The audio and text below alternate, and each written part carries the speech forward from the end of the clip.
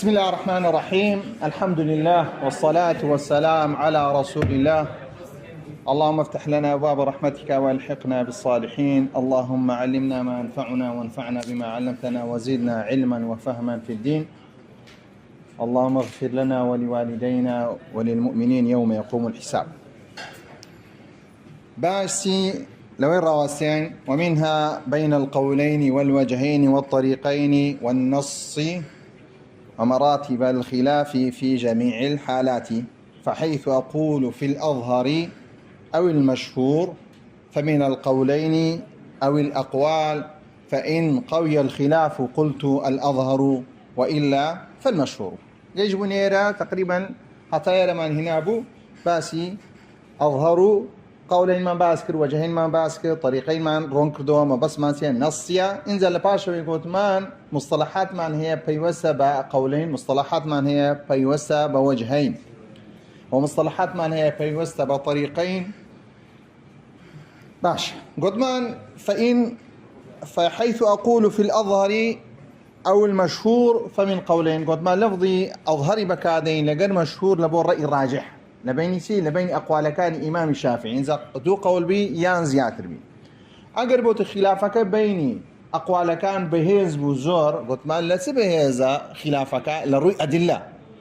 أدلة بيويسي بماني بونيش الزور ترى تهول بدي بزاني شهانيان أصح ترى شهانيان راجح ترى باشا كاتي أو كيبا راجحي دادني دبت أظهرك أقربتو دو قول ما نهبو هودو شان بلقيان بهيز بو ككاتي كات إمامي نووي أظهري بكادهني يعني رأيك خلاف هي كرأي خلافكش بلام بلغكاني تيا بلغكاني بهذا بلام برامبر أو رأيه أو يانسيا أو يان راجح ترى أو دبت مرجح كواتا دبت ضعيف. أقربتو خلافك بين قولي كم وقولي دوام خلافي بهزنا ومن حيث الأدلة كان بهزبو إنشان رأي هبو قولي هبو إمام الشافعي كدري بوشوي بلام بلغكاني بوشوي ولا تسا بلغي قولك عنتر رأيك كيف تدعي كبيدرين رأي راجحك بيدرين مشهور أو كيدش مرجوحه وهب برأي سدعي برأي ضعيف دعي لو أنا بسيارك بكبريك باشا ومصاود وانا راسته آية أظهر بهسرة يا مشهور أظهر بهسرة يا مشهور. أظهر مشهور قد لقريه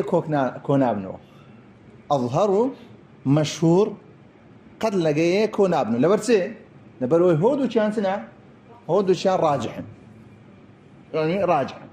كواتن لو كاتي مشهور دروز دبي لقر غيري أظهر دا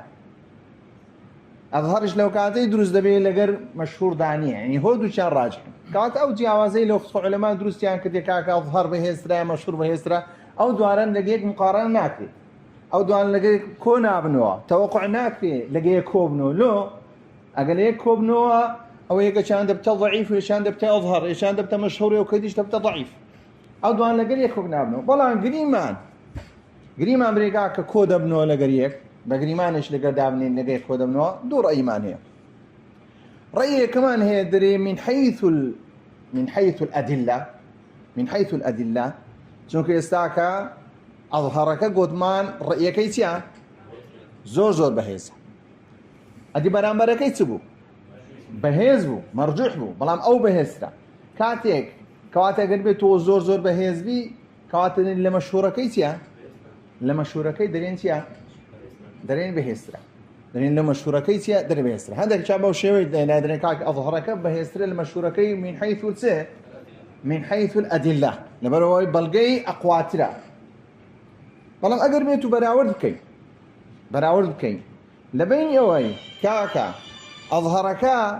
بلقكي بنامبر خدي أو كسي بيتسوانيتي أو أقوابو أو إيش قويبو ونيا أو أقوابو أو قويبو بلام مشهورك سبو قويبو أو سبو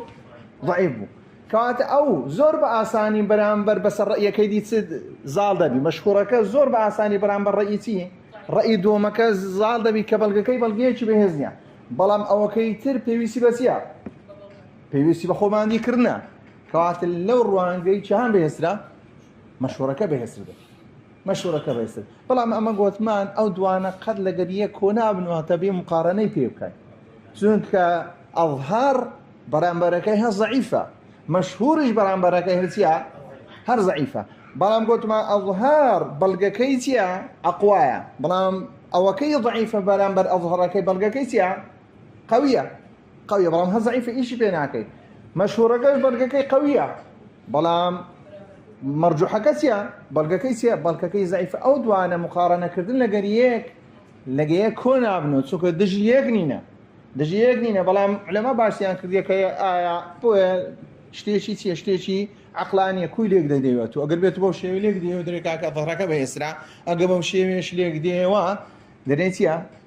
دري مشهورك بيسرع أقل الروانقي بلقا كان ليك بديو أو أقوى أو قوية أو مش قوية أو درين أظهرك بلام لبر برامبركي أو زور بأساني بس برامبركي دازال دبي زور بأساني ديار ورونة أو الرأي الراجحة أو شهانية بيسرع مشهورك بيسرع سوك اللواني لبيني أظهرك ولقد بيتسواني أظهرك لو أني كسيك بريكاك للايتو أو أظهر لكن من سيا لأنا أنتو أو الرأيي كبا أظهر دانا راجح دانا لكن من كاك أظهرني راجحني شتيشي تيا مرجوحة كوات الدكري عنا أو قريما كوات بلان مشهورك دكري عنا ناكرين تسونك برامبرك إنسيا ببي أو روانغا شهانيا بيهسرا مشهورك لا أظهرك إنسيا بهسترا باش أو رونبو وحيث أقول الأصح والصحيح بهمان شيء أو مقارنة بين الصح والصحيح إيش ما كرت بهمان شيء أصح الراجحة صحيح إيشتيا الراجحة بيتسواني يكترني بري أقربيت ورأيك أصح بوكاتا بيتسواني كيسيا صحيح نخير بيتسواني أصح أقل اشتيك أصح بو بيتسواني كيسيا ضعيفة أقل بيتو اشتيك الصحيح بو بيتسواني كيسيا ضعيفة هر ضعيفة أصح وصحي بيتسواني يكترين ودجي يكترين باشا أقل قوتمان أصح بويا قوتمان كاكا وشي أصح بكارنا إني لو كاتي تاكل لقيرتي كرنبي باش أقل قوتمان الأصح أو الصحيح فمن الوجهين أو الأوجه أقل قوتمان كاكا قوتمان أو رأي أصح إمامي النووي قوتمان أو قولة أصح كواتا خلافك هي بلا خلافة لأقوال الإمام الشافعي يان علماء مذهب الشافعي قد ما وجه لبوتشي بكاده أصحاب الإمام الشافعي كالرأيان قوتي الأصح كواتا أو قول الإمام الشافعي قول شيء قول أصحابه ككاد قول أصحابه قوتي الأصح قوتي هو الدروس تبوشي بي الأصح هو كواتا بيتسوانا كيسيا بيتسوانا خلافي بيتسوانا كيسيا خلافي بوي باسناكا باشا أقولي من الوجهين فمن الوجهين أو الأوجه لدو وجه كالعلماء هذه يعني لدو وجه زيادة فإن قوي الخلاف أقربيتو خلاف لبين وجوه بو خلافك بهزبو إمام جويني قوتي أو مسألة بو شيء بلغي لبو هنا إمام غزالي قوتي كاكا مسألة كبو شيء بلغي لبو هنا هروا هودو شيان بلغي كان بهزبو بەڵگەکانیان بەهێز بوو کاتێک دین ئێمە بەراورد دەکەین لە بۆ مەوەدیا دەکەوێت ئێکەچیان بەڵگەکەی بەهێزترە ئەقوایەکە دەبتە سێ دەبتە ئەصح بەرامبەرەکەی نەریە صحیحە علاقەی لە صحیحینە ئەو دەبتە ڕاجح ئەوی دەبتە مەرجح بەرامبەر ئەو ئەصحەی کەواتە ئەو چییە ضعیفە بەرامبەر ئەو ئەصحەی چییە ضعيفة بلام لواني كسك به روجك به بريكاكا أو كيتو بأصح الدانية لكن من سيا لكن من مرجحة كواتا لبرسي هودو بلغا كانيان سيا هودو بلغا كانيان ليك نزيكا آشا فإن قوي الخلاف قلت الأصح وإلا فالصحيح بلام أقربيتو أو زياوازيه هبو لبيني أقوال أصحابي شافعي علماء الشافعي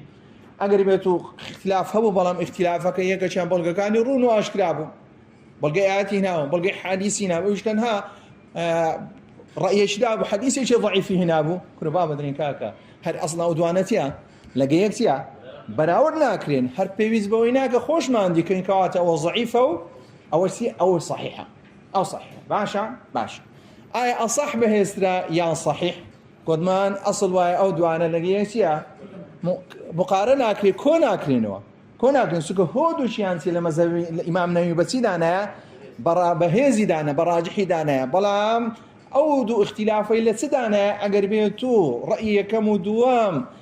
هردو شيان بلغان بهيز بو كسيك هاد قوتي كاكا أو رأي بسندا بيويستا تليبكا للايوي سيا دري أو بلغان بريوي بلغكاني سيا بلغكاني بهيسترا لو كاتي أوي كترجيحي كراجحي دانا دبت أصحكا أقر بيتو قد مازيه خلافك بهزبو أقر بيتو خلافك لاوازبو هبتا تركاني قدمان زاني أو رأي پسند أو رأي لازا أو كي رأي پسند كدبوسه دبوا صحيح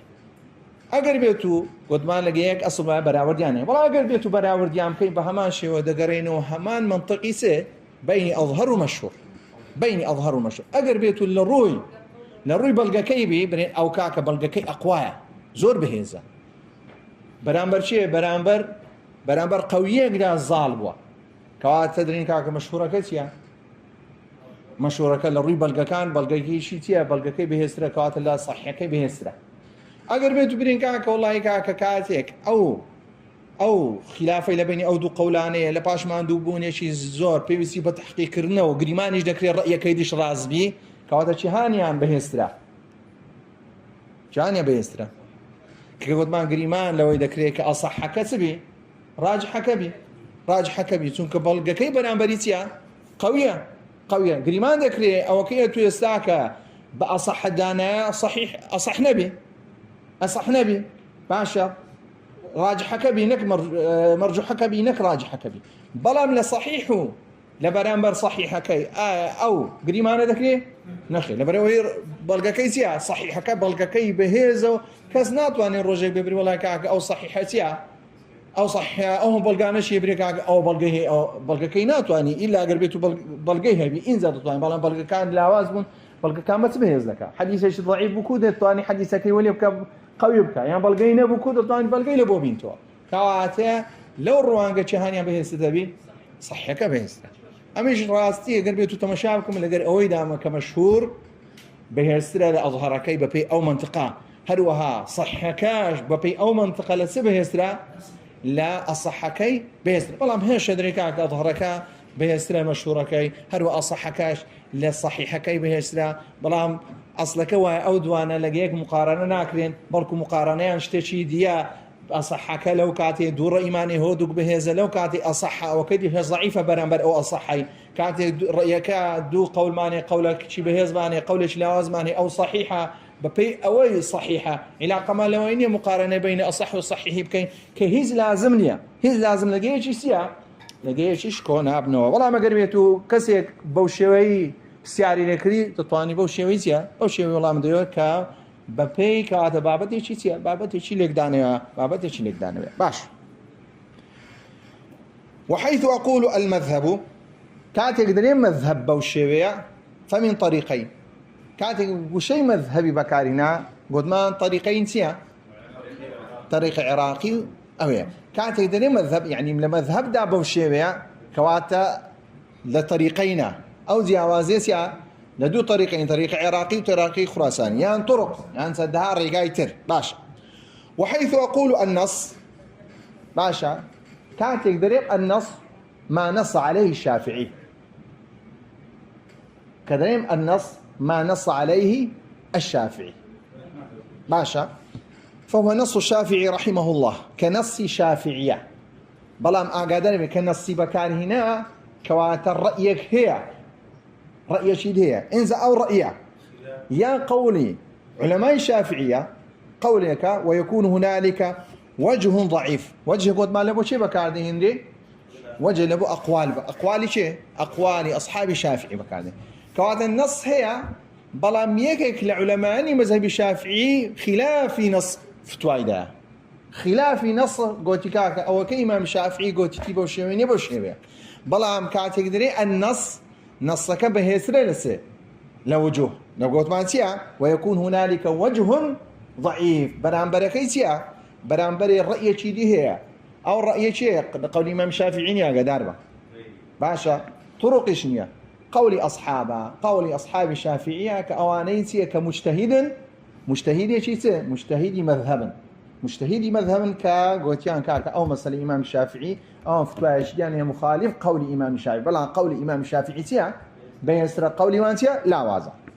أو قول مخرج يعني قسيك درهن داوا لقصي إمام الشافعي يعني قسيك درهن داوا لقصي إمام الشافعي شون إما مسألة من هي مسألة وصية ووقف من هي وصية ووقف لما زي بإمام الشافعي كانت يكتمشاهدة كاين وصية لبو مرتدي درسته وصية لبو شي درسته وصية لبو مرتدي درسته بلان وقف لبو مرتدي تيا درسني باشا تمشاهدة كي وصية هم اوي اشتيك دقوازيو بارابولي دقوازيو لبو كسي ملكا كي دديو هرو منفعتك شي ددي هودو شي ددي هودو يعني استا كدريم كاك او وقف بي لبو فلانك او كتابك شم دايتي لقرت منفعتك شم دايتي منفعتك شم دايتي لبو مرتدي قريما بلا وقف دروسني لبو مرتدي كاتك تنها منفعتي ددمي دريم كاك او كتابه لبو او كابراي بابلو بخوي بخوينتو وقفه لبو خوينوي لبو او كسر كاتي كسكش سيا كسر شي مرتدي دريم وقف سيا باشا خو اگر بيتو ليك دانوي لبو بكي او دوانا ليك نيزيكن يعني باشا لو اختلاف يعني لبيني هيك يا لو بينان اختلاف لبيني هيك يا ما بس زاري با لو اختلافك دروز با كاختلافك كسيدني كاكا او كقول مخرج قول مخرج استدين سر او مسألة رون يعني او دوانا ليك نيزيكن وصية لبو مرتدي دروستا مرام وقف لبو تيا لبو مرتدي دروسنيا وصية ذني كاكا اشتيكاو كسك ما بعد الموت ديكا مرام وقف لا يستعكش الطاين بك ما بعد موت بيدك وقف كردن ده سبابة طاعات ده بابة طاعات مرام وصية دستغير بابة طاعات مش لبروي لبو وصية لبو مرتدي يعني تبين لهند يشد متشابهن لهند يشد شدسيان زياوازن بويا كسيك لواني بريكاك او دوانا وكويكا كواتا وقف لبو مرتدي نابي كواتا وصيش لبو مرتدي نابي او مخرج يعني تو قولك تيا دري وصيه لبو مرتدي نبي وقفش لبو مرتدي نابي كسيك دي بعمل قول امام الشافعي هو يقوليا قول كسيك دي دريكاك او قول امام الشافعي ام بيتساوان دكمو لوصيك او وردغريم كوصيه لبو مرتدي دروستا ديكام حكمك لبو شي دادني لبو مرتدى كي دادني يعني او مفهومين شلون در هنا لقول امامي شافعي در هنا بلا امام الشافعي قلتي لبو مرتدي دروستا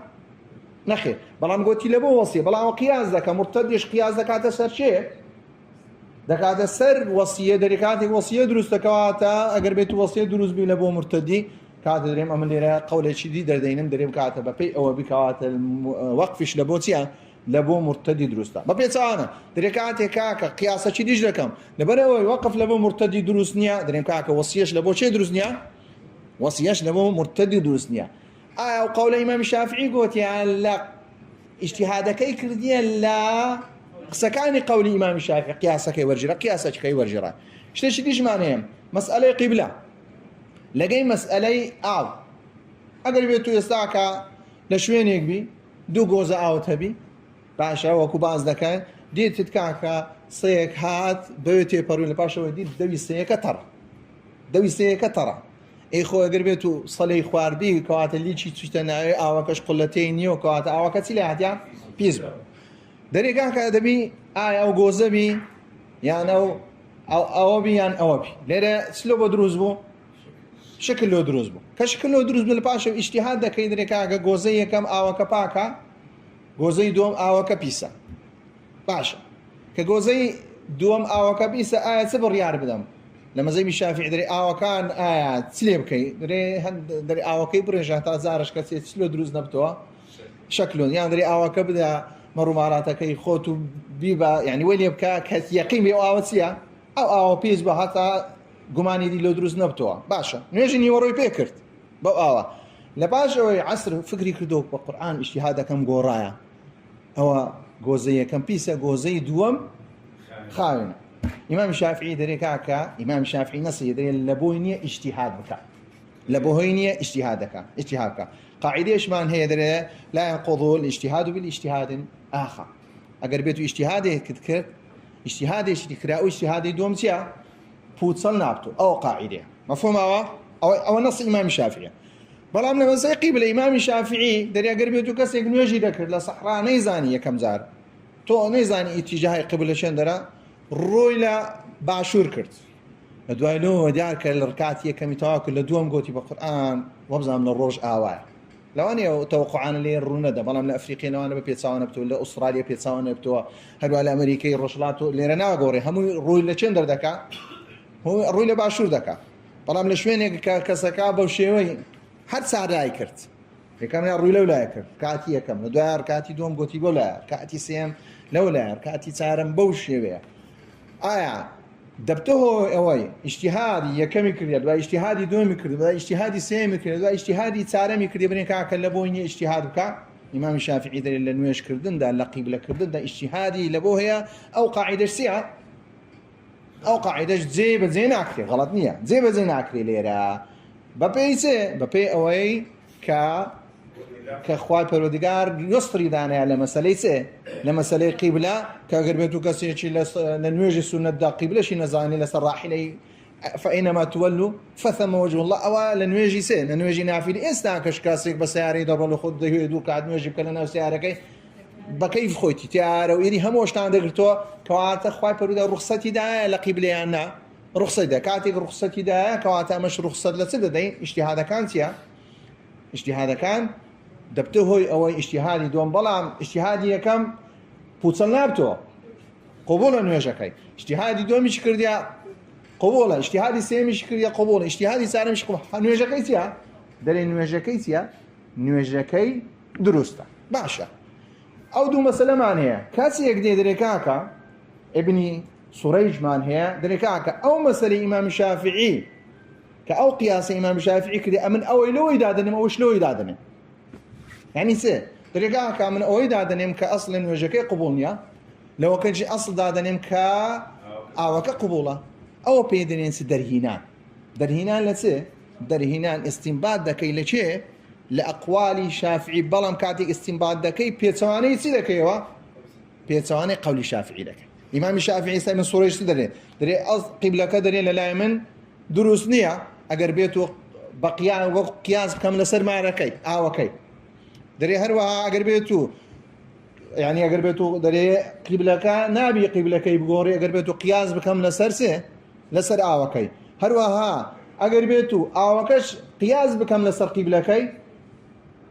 آوكش بس نبوه اجتهادك سيا دطواني أقر بيتو اجتهادك يقول دطواني بآوي دوم سيا دسمي جكي سيا دسمي جكي بشوا كاتا أو قول ابن سريج لشين در هاتيا لا قول إمام الشافعي دراتي بلام ببيتسوانا كرنوه بلام كاتي قياسي كرديا قياسك بلام قياسي شيء طواني قياسك شيء ضعيفة لشون يخوي بدي عندك أو قول مخرج مفهوم ونيا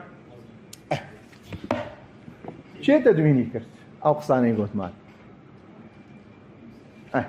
يعني أو قصانا كذا كين سباني لبي دستو قول مخرج سي اما لبويت فيرناكي تنها لو خود فير علم بي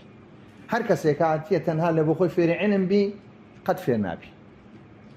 تو فير علم بلبوي بديوا فير علم بلبوي طلبتها بي فير علم حتى كاك ببخشي نقبنوي او كابرا ياسين كاكا وحيث اقول الجديد كاتيشي دريم الجديد كاتيك إمام الشافعي لا فقه دا إمام الشافعي هم محدث بوا هم أصولي بوا هم كابرايشي منطقي بوا زيادة اتزاهي دايته أصوله لقر فقه كوي بساق زانية لعلمي كلامه وشتان أخوي لينا دا برلينا زانية ليه زانية حتى إمام موزاني دريكا كم خون بمنطق وبابا تانا خريك لو تكرم مرة شيء مثلا دا ورا كاك خوفير فقه كان أو علماتو أو قازان دي زيادة أو قازان برام لها ما كاتش أو نيبري والله كاك نازانم بري والله كاك إمام الشافعي أو بابا تانا نزانية زانيتي برام خوي بشتيك مشغول كرديا كمصلحتي زيادتي سيتي دا مسلمان تدا أمتي تدا باشا. وحيث أقول الجديد قالت إمام الشافعي دو رأي هي رأي قديم هي كأو رأي قديمانا كاتك لبغداد ك رأي دايا كورتي خزمتي إمام الشافعي بريت يا أهل حديث وأهل فقيه ليك نذكرته صدق فقيه كان ومحدث كان زور لقيك دجات يعني كرديا بلام إمام الشافعي بو رسالة داينا استسن زاهيني تشيدين هزوم إمام الشافعي ده كان بس الرسالة بخوانو كاتي إمام الشافعي إلى أمدا كاتي دي فتواش تدهم بلقيدين تو كاك أفتوان ده ببيسي ببي أو بلغانة ما أنزل الله بها من سلطان كده أقصى قوري برامبر إمام الشافعي وكان هندري أقصى إمام الشافعي كأنما تشريعي كرديا حتى يستعك فرق بين تشريع هربا اجتهاد ناك فرق بين بخوش يعني أقربيته جان اللي بقري جان لو زورك سانه بكي أصلا بخوان كتب مشرع أو زون بخوان مشرعين كاتك قصيدكي كاتك قصيدكي دري كاك قبول منية كسيك كتب مشرع بخوش نايمي مشرع كاتك دي فتواي كانش لي ورناجل إلى دي بلغت هبي بلغ كانش هبوي دروس الراز نقتنها بمزرة عقلي خود بيتي فتواي بده والله إمام الشافعي يك لو كسان أبو النزيق ولا مذهبي ظاهري أصلا إمام الشافعي سنة ظاهري بوا ظاهري يعني قرآن وحديث حتى مذهبي الشافعي زيادة لظاهري نيزيكا نقول مذهبي إمام مالك ومذهبي إمام حنيفة دو قولي هي قولي قديمك ككاتك دين سنكسيك رواياتي كرديا لوي أبي ثور هي هو زعفراني هي كرابيسي هي لقد إمام أحمد أو صار علماء بريزانا أو قولانيان لإمام الشافعي الروايات كرديا ليه أنجي رايتوا قلت ما نشيو شيء ثور زعفراني كرابيسي لقد شيء إمام أحمد حتى كتابش هي كتابك بناي حجة ككاتب لمذهب إمام الشافعي قول كان قديم إمام مذهب الشافعية بلام قول كان جديد إمام الشافعي لو كاتين نسلايتوا كالمصر بوا ربيعي كري مرادي أو هاتيا أو شاني سلي كرديا إملاي كرديا إمام الشافعي إملاش بريت لوي كدري أو رأي بوشي ولا باشا آيات وحديث زيني أو رأي لو بوشي كاكا لوتسا أو فتوى عمدا باشا. وحيث أقول الجديد فالقديم خلافه هركاتي قوتم جديد كاتا بيتوانكش هي بيتوانكش قديمة والله خو إمام الشافعي هم الرأي قاين يقول يا قدارن مالكو قيل قليلة سندها الرأي كم يقول يا لتي كالباشا ويسي بلغيتري لبوهاتيا يان نروي عقل كيسيا قولة تربوة يعني زور زاروية كابرا دري كاكا تولا جنزي أقصد كرديا إذا كاكا لو جنزي بسوتين صال وما أود علما في أبوا بو إنسان لكاتي تتحدى كمان هي قصي نتي فتوى بدا إلا قول علماء نقلك تمني فتوى دان تمني كا بيبيسا بقي آسيشي برز علمي لو ما 8 استاد عندك انت زور بزور بو مواضيع عندك كاكو كساني كبسبين صال وكاسي صالش بخواي سيبين صالش كل صالش والله بكل فتواينا الا دبي 8 شي برو زياتر 8 شي تي برو زياتر بي سو كاستاكا بوشوي ناخو اندري كاسيك ل 8 سي ساري بتعالى ساي شي امام نووي سد امام نووي باسي شص صالي ذاك ك بشص صالي تواني دوهم علمي كوب كاتو بلام شص صال سي بريتي لوي هيز كاتي صرف نكرت تنها لو انا 6 ساعات 7 ساعات مزج او كدي همو تيبوا يا ان تدريس دوازده علمي خوين يو درس شي دايتو بدام 6 سال بشوي بي كابره بما 6 سال علمي شي غورا والله ما ب 20 صار هندي والله بتصل صاري هندي امام نووي كان 6 صاري خوين دي تي ناخويني كاد ناخويني تاورواني او بريق والله كاك دم عالم ودم مفتي ودم بابا انا نابيني وحيث اقول ذا امام الشافعي بيجي الى مكة بوا بيجي لمدينة بوا بيجي لبغداد بوا بيجي لمصر بوا تنها لبو خدمة كرديسة خدمة كردي إسلام زور فكريان لرزقنا كرتو ها زور فكريان لرزقنا كرتو هذا إمام أحمد كابريك بس داري بريا داري هنايتو داري لبازاري فروشتي تمشى بيني إن زتوانيتي أو خدمتي أو خدمتي إسلامي جبا حيث أقول الجديد فالقديم خلافه هل كاتي قوت من جديد كواتا قديم إشمان هي قديمة كبيتسواني شيء